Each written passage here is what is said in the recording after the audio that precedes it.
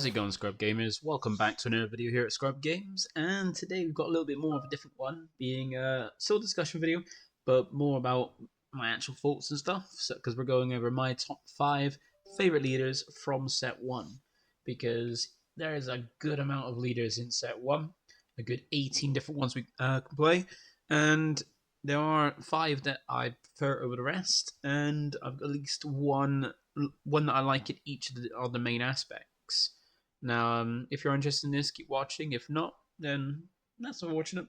But we're going to have a look and see, because I'm just enjoying this game so much, and I'm even looking forward to the next set, but also enjoying the fact we've got a decent amount of time to try out as much as we can from set 1 and enjoy the format, because it is really nice when nothing feels too busted, nothing feels too broken. They're like is ever changing the meta, and it's just become really enjoyable. Even if it started off really enjoyable too. But before we get into the video, feel free to like, comment, and subscribe. It keeps you updated with my videos as when they drop. And even if you click the notification bell after you have subscribed, you can get a notification to when my videos do drop, so you can watch them there and then, or at a later time that suits you. So with that out of the way, let's go and have a look and see what my top 5 favourite leaders from set 1 are. So, starting off with the first one. First one is Jin Urso. So, you may have seen I have a deck profile good with my hand control Jin, because I put that together because after playing with my buddy Johnny quite a bit, always playing control, I thought about potentially having a good way to go against it, and since control is more focused on a lot of events and stuff and very few units, I wanted to try and see like what there is to really like hit at the hand, because they don't really have too much hand. They don't like after if they're charging a card every turn and not like in the ramp in command for ramp, they're normally just like drawing 2 cards, charging 1, and using 1 each turn, so not really plot increasing the hand size. So I thought if there's enough cards that hit cards from hand, then you could potentially keep taking it out, lower the hand size, so they've got even less options, and they start like dwindling out from having really anything to do, especially in the early turns when they're trying to get to the late turns to play the bigger things. And after having looked, it's mainly in cunning and in the good side of cunning, like the heroic side of cunning, that you can like kind of have the hand control, and also with the double cunning as well. So trying to think about what card, I even thinking about going for the dark side, but then paying for things like Spark Rebellion. And I thought, now just have a look and see what we kind of got for the heroic side with cunning, and really only 2 options were like Jin and Han. And I thought Han could be a very good one, because you can kind of ramp on turn 1 to play Bodhi out turn 1, so you can have ramp plus hand control plus a body, which is pretty cool. But then you start dwindling on your hand size yourself while trying to control your opponent's hand, which doesn't really help. So I thought I'd go for Jin, because I did have a lot of fun with Jin when I used it in one of the pre-release I went to. So I managed to go ahead and win with Jin, because just allowed really nicely for helping maintain the board, because when my opponent's got something out and I've got something out the same power, I could always win the trade-off, because I'd swing and use Jin to basically take 1 less damage. So if we got the same amount of power and health, I'd basically Jin helps you win the outcome, really, win the trade-off. So I thought it could be quite handy, because then you've got the kind of hand control to go ahead and control for, help with control decks, be like will down the hand, control it, and basically just take away some of their options, even takes out some cards that'd be really annoying to you, while also be able to kind of like help with the aggro and like the wide little boards by being able to trade off with units as well, and win those trade-offs in that aspect. Like the problem with the deck was you don't have anything like massively huge to kind of for the late game, but you can overwhelm with like small units and have some quite good tactics and tricks thanks to cunning with all its like extra cards and stuff. So I thought this is the lowest on my list, because it's the newest of my favorite decks, and I've just been enjoying it a lot. And I went with double cunning, because that's where the majority of the hand control cards are, and I had a lot of fun with this. If you want to check out my deck list on it, go ahead and check it out. I think it has like kind of been amended a little bit, but still the main list is basically the same. But that's my first and my 5th favorite of my leaders, because we're going from 5th to 1st. And my 4th favorite leader in the game is Grand Inquisitor. Like when looking at it, like most of the dark side leaders are more control, and why don't mind control. There's not many that's like not interesting to me. Like you can go like what did interest me was kind of going double vigilance with I had to kind of go for like a full focus mill strategy, like controlling while also focus on making your opponent out.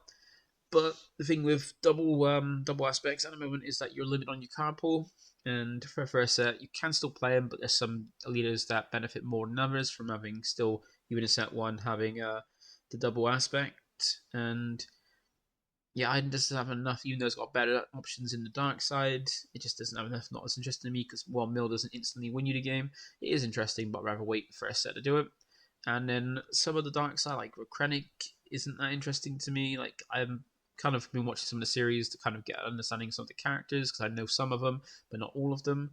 And there's not many on the dark side that I like enjoy that much, but I have been trying a bit. And then Grand Inquisitor was kind of interesting to me because it was a deck I basically just put together to build to kind of sell off, and then also thought I'd give it a try before.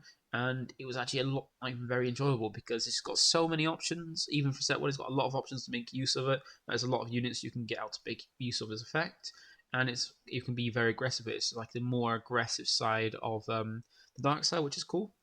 And also as another force unit, I do like the force units because some of the force cards are pretty cool.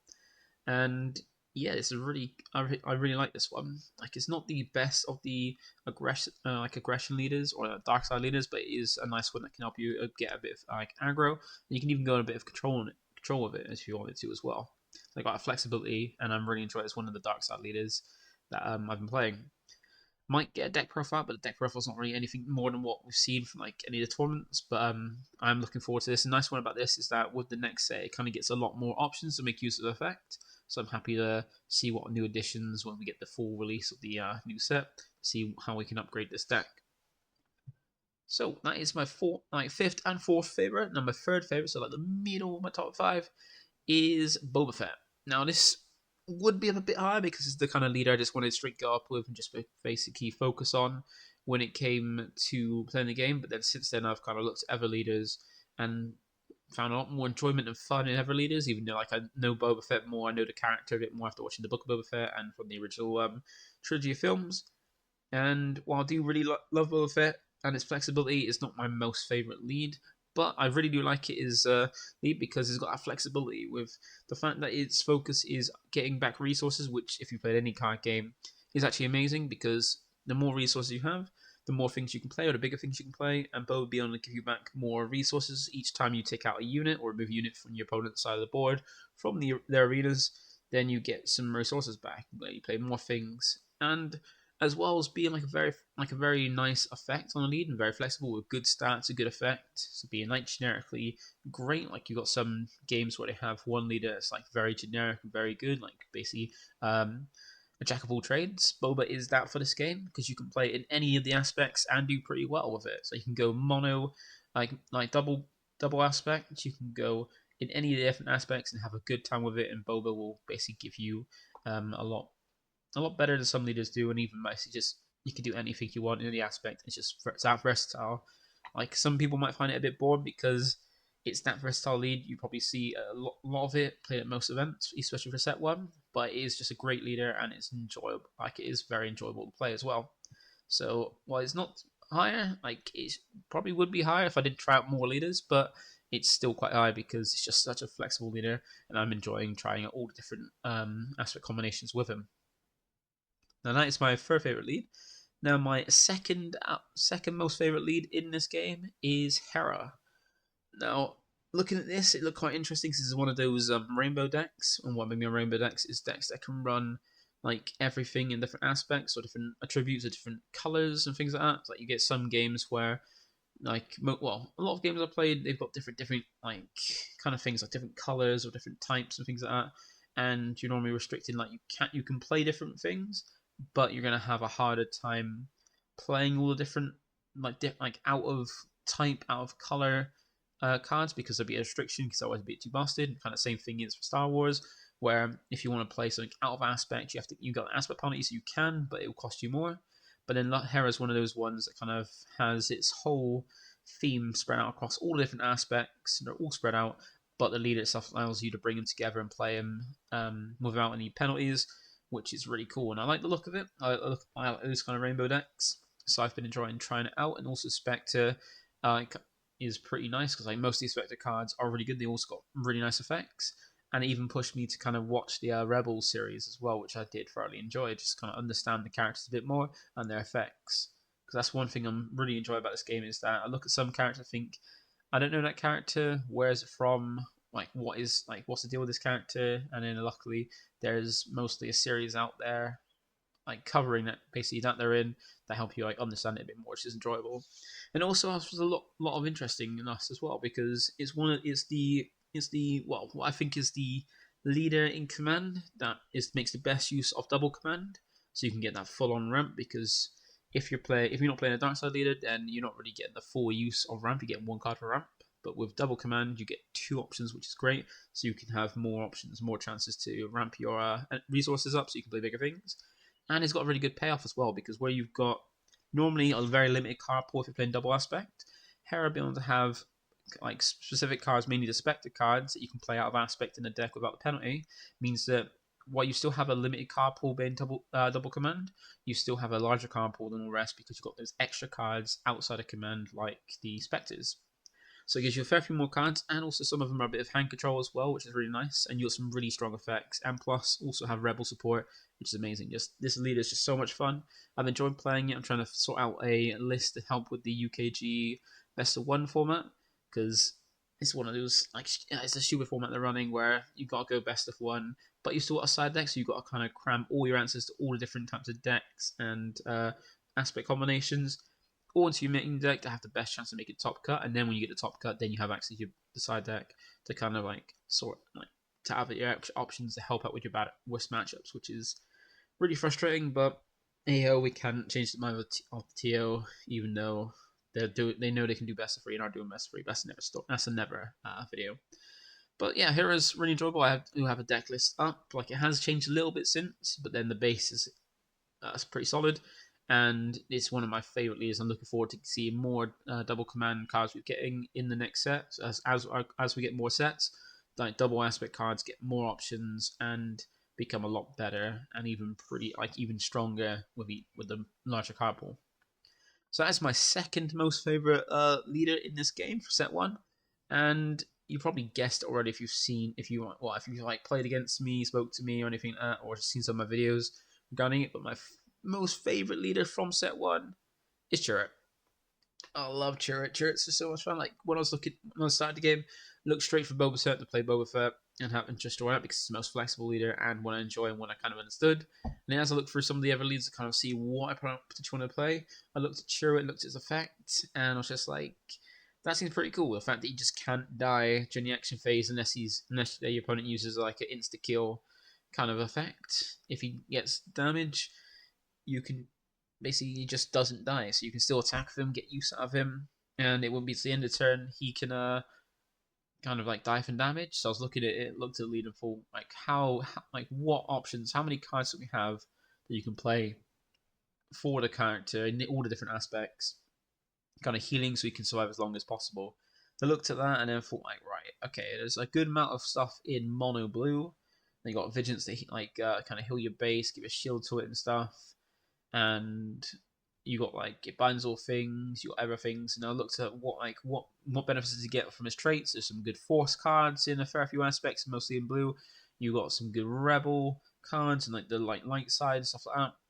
And then after like just testing it a bit, I just looked at like what's the benefits of each aspect, and just realized that he's just almost like Boba Fett. You can get really good use out of all different aspects, and he's one of those like leaders where he just sticks around. Like the longer the leader sticks around, the more use you've got out of another unit.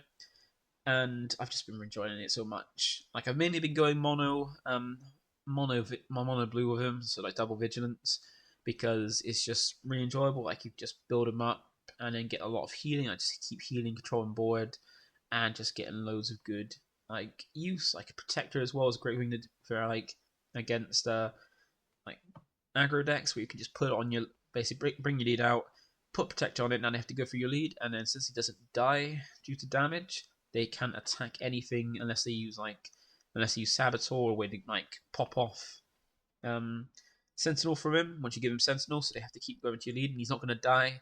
And then even at the end of the turn, you can potentially heal him once they've just passed or taken the initiative, heal him off, and then he's just still stick around and they just have a hard time. Like It's a very enjoyable deck. I do have a list up. I think like my list has updated recently as well, like most of them, because I have put them out and then over time, like doing more testing, more trial and error, and realizing that there's little changes I want to make. But the list is still sound. You can still build it on yourself, and I still need to have a look into and kind of test out a green and yellow version of Chirp because I thought they could be good, and then see what basically put those out as well. But that is my top five favorite leaders for set one. Like more in the I'm more enjoying the light side, but not just because of rebels and the aggro decks. And as you probably saw, like this, most of the leads are kind of like not really meta because I don't really enjoy mirror matches, and some of the leaders in there I like to try something different because the least these are my mirror matches I could have, the better for me. But it's not trying to be a hipster, just enjoying these leaders more because I like because also the nice little thing you can have with leaders like this that aren't really mainly seen in the meta is that you get that surprise aspect that can help you win games as well, which I do like to employ. So that's it from me today. Thank you for watching. Feel free to like, comment, and subscribe, and let me know what your favorite leaders are for from set one. So I'd be interested to see what people prefer, and let me know what your top five are as well. So thank you for watching. Feel free to like, comment, subscribe, and I'll catch you in a bit. Bye for now. Like a boss.